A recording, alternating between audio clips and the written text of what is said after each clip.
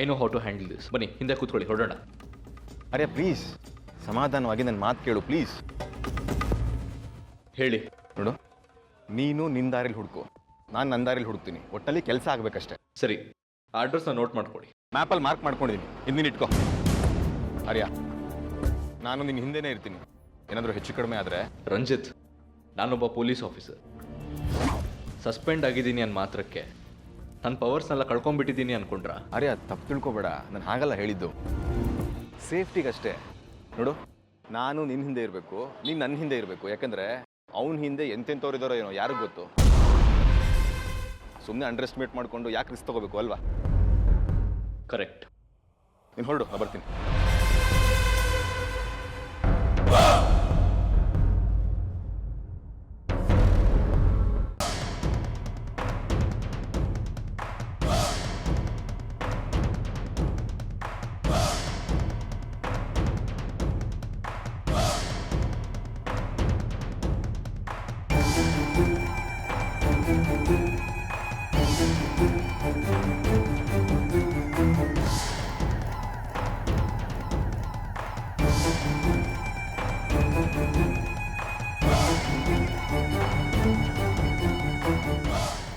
ನಿನ್ನೆ ನೋಡಬೇಕು ಅಂತ ಬಂದೆ. ನೋಡಾಯ್ತಲ್ಲ, ರೈಟ್ ಹೇಳಿ. ಈ ಬುದ್ಧಿವಂತಿಕೆ ಮಾತೆಲ್ಲ ಇಟ್ಕೋಬೇಡ. ಒಂದು ವಿಷಯ ಗೊತ್ತಾಗಬೇಕಿತ್ತು. ಏನು ವಿಷಯ? ನಾನು ನಿನ್ನ ಹತ್ರ 10,000 ರೂಪಾಯಿ ಲಂಚ ತಗೊಂಡಿದ್ನ. ಬೊಗಳೋ. ಇದನ್ನೆಲ್ಲ ಸ್ಟೇಷನಲ್ಲೇ ಹೇಳಾಯ್ತು. ಇವಾಗ ನಿಮ್ಗೆ ಹೇಳೋ ಅಗತ್ಯ ಏನಿಲ್ಲ. ನಿನ್ನ ನಾನು ಮುಂಚೆ ನೋಡ್ಲೇ ಇಲ್ಲ. ಲಂಚ ಯಾವಾಗಲೂ ತಗೊಂಡೆ? ಏನು ಸರ್ ಹೇಗಂದ್ರೆ, ನಾನು ಕೇಸ್ ವಾಪಸ್ ತಗೊಳ್ತೀನಿ, 10,000 ತಂದು ಕೊಡು ಅಂತ ನೀವೇ ಕೇಳಿರ್ಲಿಲ್ವಾ? ಇನ್ಮೇಲೆ ನಾನು ಯಾವ ಕೇಸು ಹಾಕ್ಲೇ ಇಲ್ಲ. ಹಿಂದೆ ತಗೊಳ್ಳೋ ಮಾತೆಲ್ಲಿಂದ ಬಂತು? ಇದೇ ವಿಚಾರ ತಗೊಂಡು ಕೇಸ್ ಹಾಕಿದ್ರೆ ನಿನ್ನ ನಿಜಾಂಶ ಎಲ್ಲ ಬಯಲಿಗೆ ಬರುತ್ತೆ. ನನ್ನ ಕೇಸ್ ಬುಕ್ ಆಗಿತ್ತು, ಅದರಿಂದ ಹೊರಗೆ ಬರಬೇಕಾಗಿತ್ತು. ಇವಾಗ ಬೇಲ್ ಮೇಲಿದ್ದೀನಿ ನಾನು. ನೀವೇ ಕೇಸ್ ಬುಕ್ ಮಾಡಿದ್ದು ಮರ್ತ್ಬಿಟ್ರಾ? ಆದರೆ ನಾನು ಮರ್ತಿಲ್ಲ. ನಿನ್ ಮೇಲೆ ನಾನು ಕೇಸ್ ಹಾಕಿದ್ನ? ಚೀಟಿಂಗ್ ಕೇಸು, ವಿಶಾಲಾಕ್ಷಿ ಚೀಟಿ ಕೇಸಲ್ಲಿ ನಾನೇ ಪ್ರೈಮ್ ಅಕ್ಯೂಸ್ಡು. ಇಲ್ಲ, ಆ ಕೇಸ್ ವಿಚಾರವಾಗಿ ಇಬ್ರು ಅರೆಸ್ಟ್ ಆಗಿದ್ದಾರೆ. ಆದ್ರೆ ನಿನ್ನೂ ನೋಡಿದ ನೆನಪಿಲ್ಲ. ಜೈಲಿಗೆ ಹಾಕೋಷ್ಟೊತ್ತಿಗೆ ನಾನು ಬೇಲ್ ತಗೊಂಡಿದ್ದೆ, ಅದಕ್ಕೆ ನೀವು ನೋಡಿಲ್ಲ. ಆದರೆ ಕೇಸ್ ಹಾಕಿದಂತೂ ನಿಜ, ಅದಕ್ಕೆ ನಿಮಗೆ ಲಂಚ ಕೊಟ್ಟಿದ್ದು ನಾನು. ಲಂಚ ಗಿಂಚ ಅಂತ ಪದೇ ಪದೇ ಹೇಳ್ತಿದ್ರೆ ನಾಲ್ಗೆ ಸೀಳ್ಬಿಡ್ತೀನಿ ಮಗನೆ. ಕೂಗಾಡಿ ಏನು ಪ್ರಯೋಜನ ಇಲ್ಲ, ಹೋಗ್ತಾ ಇರಿ, ಕೇಸ್ ನಡೀತಾ ಇದೆ.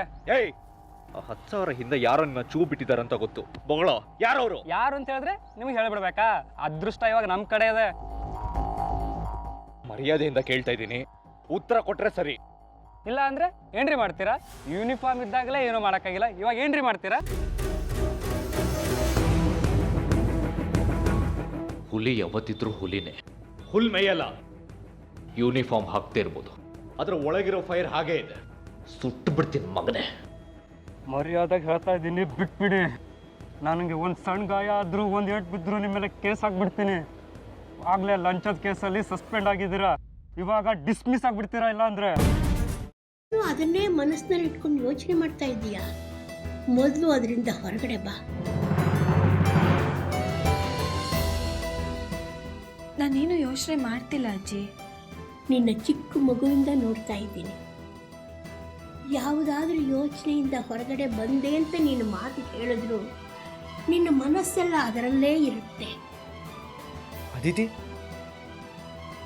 ಯಾವುದ್ರ ಬಗ್ಗೆ ಯೋಚನೆ ಮಾಡ್ತಿದ್ಯಾ? ಶ್ರೀಚಕ್ರ ನಮ್ಮ ಕೈವಶವಾದ್ರೆ ಇಡೀ ಜಗತ್ತೇ ನಮ್ಮ ಪಾಳೆ ಪಟ್ಟೆ.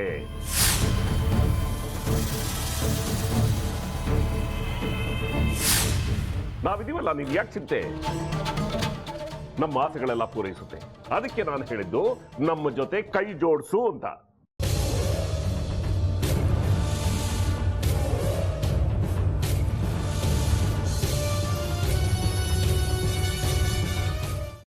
ವೆಜ್ ಖಾರ ಬಾತ್ ಮಾಡುವ ವಿಧಾನ: ಒಂದು ಬಾಣಲಿಗೆ ತುಪ್ಪ, ಸಾಸಿವೆ, ಕಡಲೆಬೇಳೆ, ಉದ್ದಿನಬೇಳೆ, ಗೋಡಂಬಿ ಹಾಕಿ ಹುರಿದು ಕರಿಬೇವು, ಬಾಡಿಗೆ ಮೆಣಸಿನಕಾಯಿ, ಕ್ಯಾರೆಟ್, ಬಟಾಣಿ, ಟೊಮ್ಯಾಟೊ, ಕಲ್ಲುಪ್ಪು, ಬೆಲ್ಲ, ಬಿಸಿಬೇಳೆ ಬಾತ್ ಪುಡಿ, ಅರಿಶಿನ, ರವೆಯ 3 ಅಳತೆಯಷ್ಟು ನೀರು ಹಾಕಿ ಚೆನ್ನಾಗಿ ಕುದಿ ಬಂದ ಮೇಲೆ ಹುರಿದ ಬನ್ಸಿ ರವೆ ಹಾಕಿ ಕಲಸಿ. ಈಗ ವೆಜ್ ಖಾರ ಬಾತ್ ಸವಿಯಲು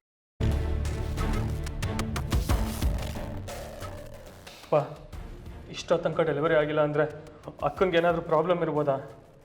ಆ ಥರ ಏನಾದರೂ ಇದ್ದರೆ ಡಾಕ್ಟ್ರು ಬಂದು ಹೇಳ್ತಿರ್ಲಿಲ್ವ ರವಿ?